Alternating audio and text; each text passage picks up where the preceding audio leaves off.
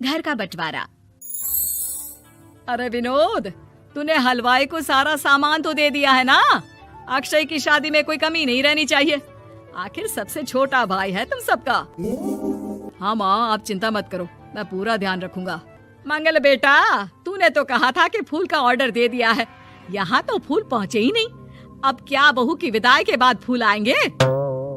माँ, मैंने अभी बात की है फूल वाले से, वो रास्ते में ही है। आप किशोर भैया से क्यों नहीं कहती कुछ करने को? किशोर पहले ही मेरे बताए काम कर रहा है। पास के सभी रिश्तेदारों और मोहल्ले वालों को कार्ड वही तो देकर आया था। रिसेप्शन के लिए हॉल भी उसी ने बुक किया था। टेंट कुर्सी वालों को भी तो वही देख रहा है। पर कई मोहल्ले वाले तो हमारे भरे पूरे परिवार से जलते भी है, उन्हें बुलाने की क्या जरूरत थी? बेटा, शादी ब्याह में तो बुलाना ही पड़ता है, नहीं तो लोग क्या कहेंगे। दादी दादी देखो ना, हलवाई अंकल हमें लड्डू नहीं दे रहे, आप इनको डांटो ना। अरे चैन सुख दे देना बच्चों को लड्डू, क्यों तंग कर रहा है इन्हें? बीबी जी, मैं कहाँ मना कर रहा हूँ, लेकिन लड्डू बनते ही ये बच्चे उठा उठा कर खा लेते हैं। अरे मैं तो इन्हें थाल में रख के परोस भी नहीं पा रहा। भागो, अब कोल्ड ड्रिंक पीने चलते हैं। भागो भागो, अब कोल्ड ड्रिंक पीने चलते हैं। जैसे कि आप देख रहे हैं, आज इस घर के सबसे छोटे बेटे अक्षय की शादी है। घर में बहुत चहल पहल है। कुलभूषण की बीवी कमला को फुर्सत ही नहीं है कामों से, लेकिन कुलभूषण और घर के बाकी लोग कहाँ हैं? आइए देखते हैं।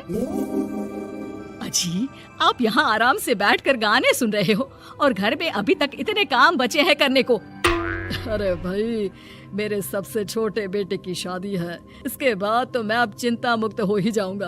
और फिर घर में तुम हो, बेटे बहुएं हैं, तुम लोगों के होते हुए मैं क्यों काम करूं? मैं तो शान से बेटे की शादी में जाऊंगा तैयार होकर। अरे ठीक है, अब आप आराम ही कीजिए। एक बार अभिषेक की बीवी आ जाए, फिर मैं भी आराम करूंगी और मेरी चारों बहुएं पूरे घर की जिम्मेदारियां संभाल लेगी। इतना कहकर कमला वापस अपने काम में लग जाती है।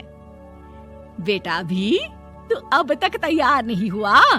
किससे बात कर रहा है फोन पर? तैयार कैसे हूँ? सैलून जाने से तो आपने मना किया है, क्योंकि मुझे हल्दी लग चुकी है। भाभीियों को देखो, सुबह से पार्लर में है।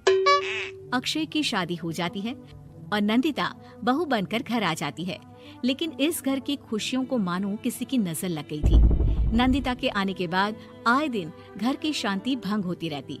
अपने माँ बाप की इकलौती बेटी को इतने बड़े परिवार की जिम्मेदारियां कहाँ संभालनी थी? अभी देखो ना, मेरे हाथों की मेहंदी भी अभी नहीं उतरी है और तुम्हारी मम्मी ने मुझे घर के कामों में लगा दिया। मैंने सोचा था कि घर की सबसे छोटी बहू होने के कारण मुझे सब पलकों पर बिठा के रखेंगे, पर यहाँ तो पलक झपकने की भी फुर्सत नहीं मिलती। देखो नंदू, शादी के पहले ही मेरे घर वालों ने तुम्हें और तुम्हारे पेरेंट्स को बता दिया था कि मैं जॉइंट फैमिली में रहता हूँ, तो फिर अब ये शिकायत क्यों? और फिर तुमसे पहले मेरी भाभियाँ भी तो आई थी शादी करके, उन्होंने तो कभी कुछ नहीं कहा। नंदिता तब तो चुप हो जाती है, लेकिन ऐसा बहुत दिनों तक नहीं चलता। अरे नंदिता, माँ बाबूजी की दवाई का टाइम हो गया है, उन्हें दवाई दे आओ और उसके बाद सबके लिए नाश्ता बना देना। पर भाभी, मैं तो अभी अपना फेवरेट सीरियल देख रही हूँ, प्लीज मेरी जगह आप कर लो ना ये काम।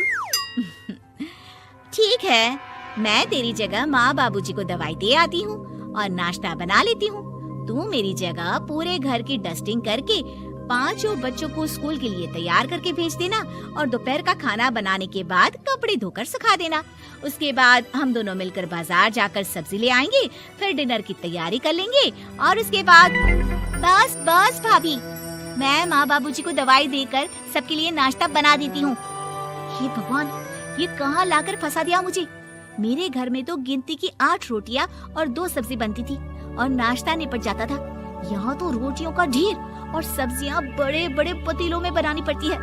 नाश्ता बनते बनते लंच का टाइम हो जाता है और लंच बनते बनते डिनर का। अभी मुझ में तुम्हारे पूरे परिवार का नखरा उठाने की और ताकत नहीं बची।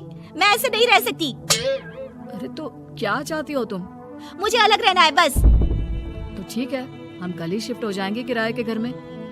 इतना बड़ा घर होते हुए हम किराए पे क्यों रहेंगे? ना जी ना, घर में ही दीवार खड़ी करो अपने हिस्से के आगे। घर के साथ साथ घर की खुशियों में भी दीवार खींच जाती है। ऐसे ही कई महीने बीत जाते हैं और नंदिता माँ बन जाती है। बच्चे के आने से अभिषेक के कंधों पर खर्चों का बोझ आ पड़ता है। अभिषेक का बोझ कम करने के लिए नंदिता भी पार्ट टाइम जॉब कर लेती है, लेकिन इससे उसके सर पर नौकरी, घर और बच्चे की जिम्मेदारी बढ़ जाती है। नंदिता, ये क्या है? तुमने घर भी ठीक से साफ नहीं किया, ना ही मेरे कपड़े धुले हैं। चिंटू के बाल भी कटवाने जाना था, देखो उसके बाल कितने बढ़ गए हैं। अरे करती क्या हो पूरा दिन तुम? मैं करती क्या हूँ? तुम्हारा नाश्ता और लंच बनाने के बाद चिंटू को डे केयर सेंटर पर छोड़ कर आती हूँ, फिर खुद ऑफिस जाती हूँ। पूरा दिन काम करके आने के बाद बिना आराम किए बाजार से सब्जियाँ लेकर आती हूँ, घर आकर खाना बनाती हूँ, चिंटू को देखती हूँ, और क्या करूँ मैं? तो किसने कहा था अपने सर पर इतने काम लेने को? मत जाओ ऑफिस। ऑफिस जाए बिना घर के खर्चे कहाँ से पूरे होंगे? चिंटू की डे केयर का खर्च, उसके लिए बेबी फूड का खर्च, प्रेस वाले का खर्च, ये सब तुम्हारी सैलरी से होता नहीं है। अगर परिवार से अलग नहीं होती तो इतनी मुसीबतें नहीं उठानी पड़ती तुम्हें परिवार के साथ मिलकर काम करने में दिक्कत थी, लेकिन काम तो अब भी बहुत है तुम्हारे सर पर। चिंटू को भी डे केयर भेजने की जरूरत नहीं पड़ती, उसको गोद में खिलाने के लिए दादा दादी और घर के सभी बड़े होते, उसके साथ खेलने के लिए उसके भाई बहन भी होते।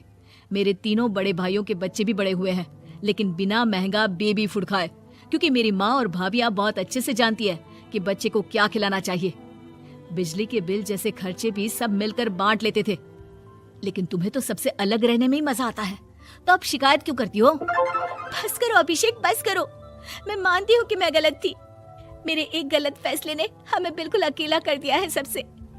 एक घर में होते हुए भी हम बाकी परिवार से अजनबियों की तरह रह रहे हैं। अभिषेक और नंदिता की सारी बातें घर के बाकी लोगों को सुनाई दे रही थी। तभी कमला बोल पड़ती है, अरे नंदिता बहू, किसने कहा कि तुम अकेले हो? तुम्हारा इतना भरा पूरा परिवार है ना तुम्हारे साथ। हम तो बस ये चाहते थे कि तुम अपनी गलती समझ जाओ।